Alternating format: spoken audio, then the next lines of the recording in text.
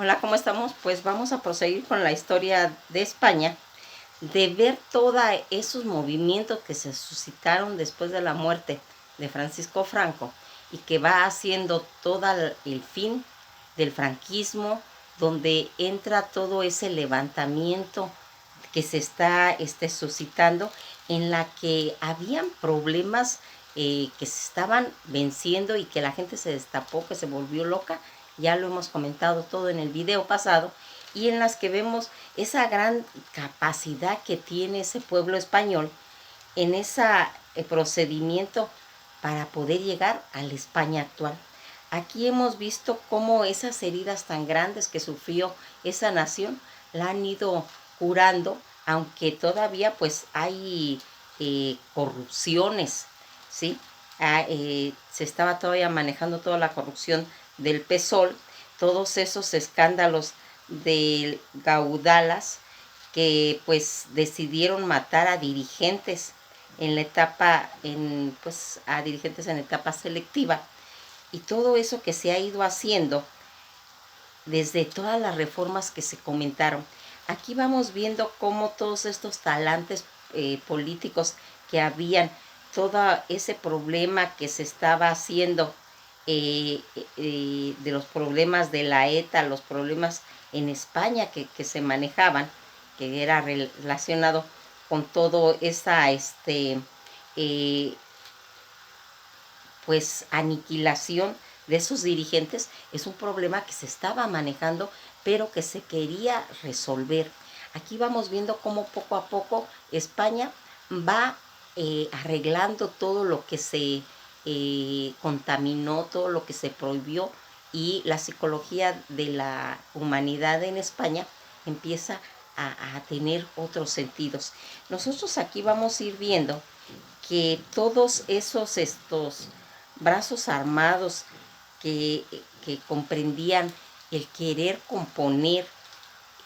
tanto psicológicamente como cultural, económico, en la sociedad de España, se iba haciendo pues todos esos acuerdos de manifestarse y tratar de resolverlos. Aquí cuando nos vamos dando cuenta de cómo va a ir pasando el tiempo y que ya andamos en los años 80, aquí fíjense que vamos a ver algo que es muy común en la vida de los pueblos, cuando salen de las dictaduras, cuando salen de todas esas opresiones, siempre son casi como bautizados con los mundiales de fútbol, donde se van a unificar y van a quedar pues a la vanguardia. Aquí cuando vimos que tenía el problema Alemania, recordarán, la unificación queda abanderada por una sede mundial, y si vamos haciendo un recorrido por todas esas finales de dictaduras en los diferentes países, vamos a ver que siempre los premian pues con un mundial de fútbol. Así fue, y en la década de los 70, aquí ya van a empezar pues las Olimpiadas de Barcelona, en la que nosotros vamos a irnos dando cuenta de que es todo un como engrane que se hace a nivel del mundo, y que van dándoles las sedes de las Olimpiadas, los mundiales de fútbol, como un sello que tiene cuando la gente pues sale de todos esos problemas, y que empieza pues a anunciarse en la Olimpiada de Barcelona. Cuando se va a hacer la entrada, todo es en idioma catalán. Si recordarán, en la época de Franco estaba prohibido hablar en catalán, pues en estas Olimpiadas son anunciadas todas en catalán. Y aquí Esposevilla, todos estos países que se van a empezar ya a visualizar como países industriales de inversión, pues de todo aquel antiguo imperio que se estaba haciendo, y aquel proyecto de las naciones europeas. Ahí pues va a entrar España, pero a él le va a costar más trabajo. Lo que podría decirse que a los demás países les costaba algo muy sencillo entrar, a España le costó mucho trabajo que pudiera ingresarse pues a la vamos a poner que Dinamarca, por ejemplo. Dinamarca pues quería entrar para ser seleccionada y entraba fácilmente, y sin embargo a España se le pedía todo un plan de desarrollo, y aquí se va a ir unificando desde la caída del muro de Berlín, desde la Guerra Fría que se fue arrastrando, desde esa unificación de Alemania que estuvimos viendo y creando toda esa liberación de fronteras entre España y las uniones europeas. Al principio, de lo que les digo yo que a ellos les costaba pues entrar con mucha facilidad, España fue realmente algo que le costó poder estar incorporada en esa Unión Europea para pues lograr la viabilidad de su autonomía, y que pues contara con ese doble plan de desarrollo que tenía para poder ingresar ahí. La viabilidad empezó a emparejarse pues ya con conceptos sociales, con conceptos económicos, aunque eran los talantes políticos los que en realidad era importante pertenecer a toda esa Unión Europea, la que le iba a dar, no nomás por entrar, sino que le iba a empezar a financiar los subsidios de ayuda a España en todo ese principio del siglo XX y finales de lo que sería todo ese siglo XX, para poder contar con ese apoyo. Fíjense en que aquí vamos a irnos dando cuenta que hemos ido atravesando a partir de la historia que empezamos a comentar como España, desde los Tartasios, de las pues los viajes, los trabajos de Hércules, desde la Andaluz, todos los califatos de Córdoba, todos los reinos en tiempos góticos, todos los reinos romanos, toda aquella Hispania que en esos tiempos se estaba comentando. Fuimos siguiendo paso a paso cada capítulo, tratando de explicar por qué se estaban dando todos estos acontecimientos de los antoninos, todos esos grupos que vimos en todos estos capítulos que hemos comentado uno a uno, de Santiago de Compostela, de la llegada de los reyes católicos a España, de toda esa unificación de la Santa Inquisición y de los imperios que se fueron desarrollando. Estos fueron algunos de los temas que quisimos empezar a recordar para entender bien qué es la unificación de España, cuáles fueron sus logros, cuáles fueron sus tropiezos, cuáles fueron todos esos acontecimientos a ultramar que se suscitaron, cada uno qué apoyo tuvo, qué cuestiones fallidas hubieron, los problemas de entrar a la modernidad, de todos esos problemas de la ilustración, de los pintores, de los poetas y de los escritores, como aquel Don Quijote de la Mancha, Quevedo, todo lo que habíamos dicho de la generación del 27, del 98, de Federico García Lorca, y que fuimos viendo algunos de los pintores que sobresalieron en todas las historia de Francia, y que los empezamos a poner para interesarles a ustedes, para que ustedes tuvieran ese imaginario, y que aquí vimos cómo los cineastas como Almodóvar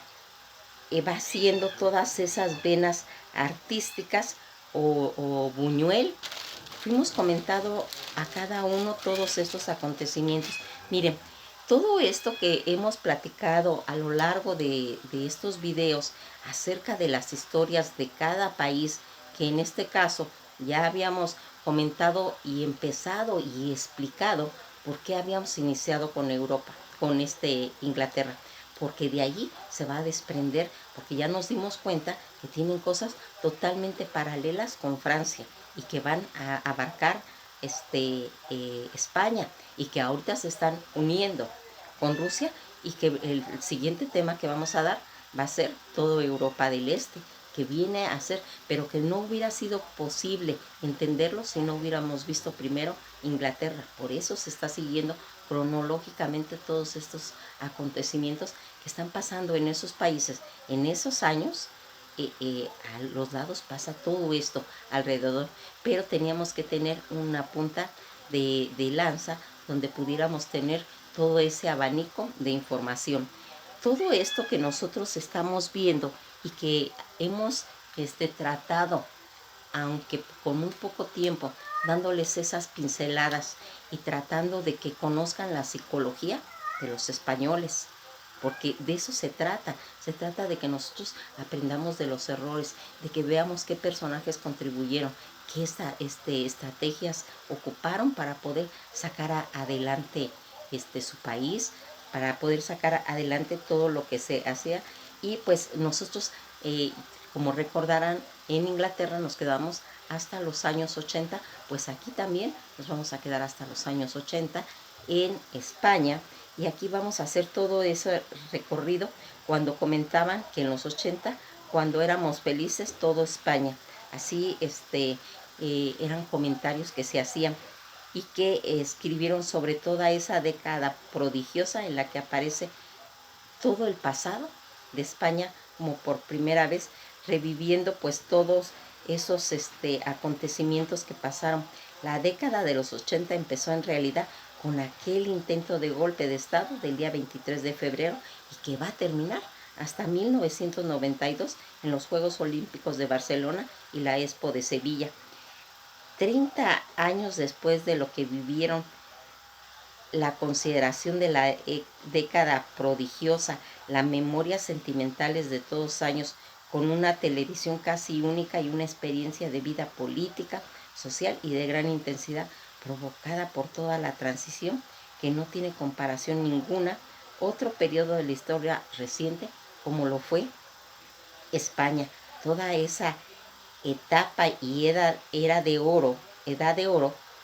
escaparate de toda esa movida desde en primavera de 1983, cuando llegó la pantalla de TV a la edad de oro como programas dirigidos en el presente por Paloma Chamorro, que durante 55 entregas fue el fiel testigo de todos esos cambios que tuvo España y que venía del negro carbón del franquismo y que sorprendía al mundo con la exposición y la creatividad, tanta energía y tanta cosa, toda esa edad de oro que reflejaba toda esa vitalidad, todo ese punto de locura que hemos dicho que caracterizaba a los nuevos creadores de España como una punta de lanza que representada por toda la movida de Madrid y el diseño moderno, tanto imaginativo, de una Barcelona cosmopolita. En uno de sus programas comentaba Paloma Chamorro, entrevistaba a un jovencito llamado Pedro Almodóvar, acompañante de McNamara, en un diálogo insólito en la televisión pública de unos años anteriores.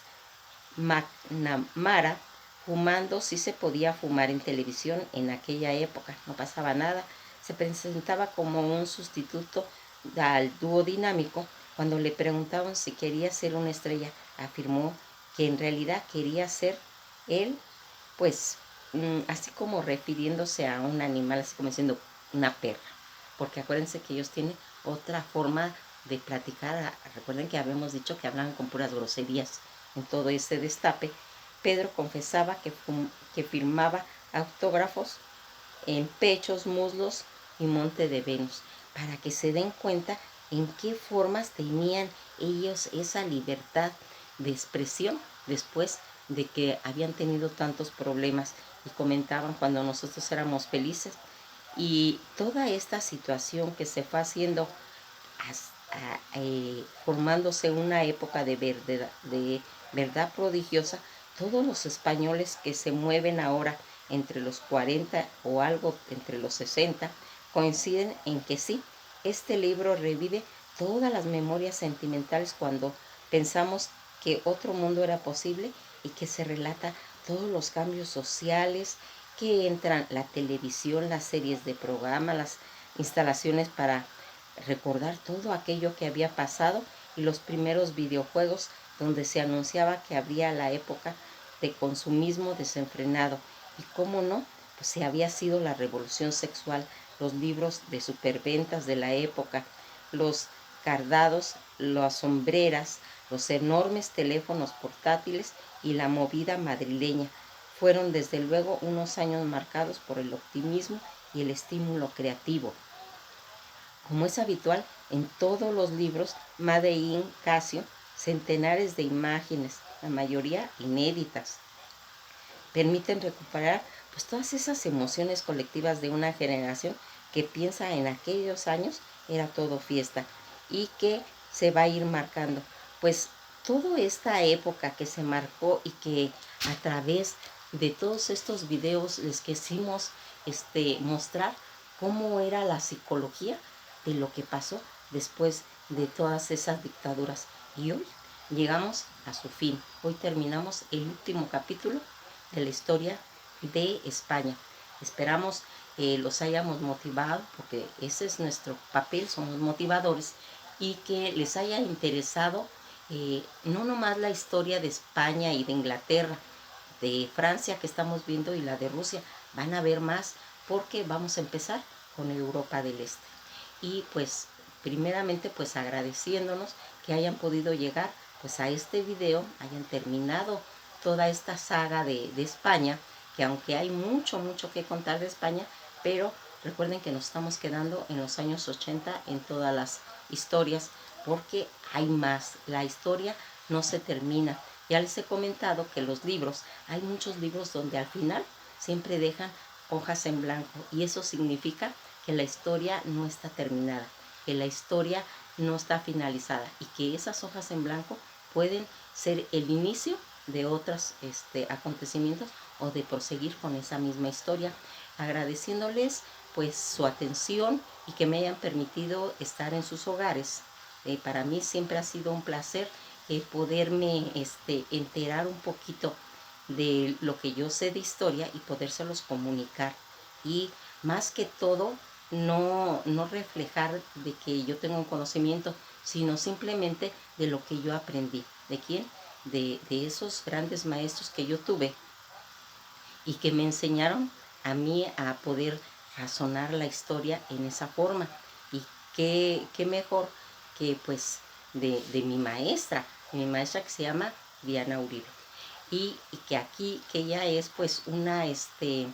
periodista colombiana en la que ha hecho todas estas sagas de conocimiento histórico, y que únicamente pues somos sus alumnos. Todo lo poquito que yo pude aprender se lo aprendí ahí. Entonces aquí pues simplemente exhortándolos para que sigamos aprendiendo en, en los hombros de estos grandes personajes, porque estamos subidos en los hombros de estos hombres ilustres, de estos personajes. Pues esto ha sido todo por hoy, y nos veremos en el próximo capítulo. Hoy llegamos al final de la historia de España y comenzaremos con Europa del Este. Que pasen un buen día.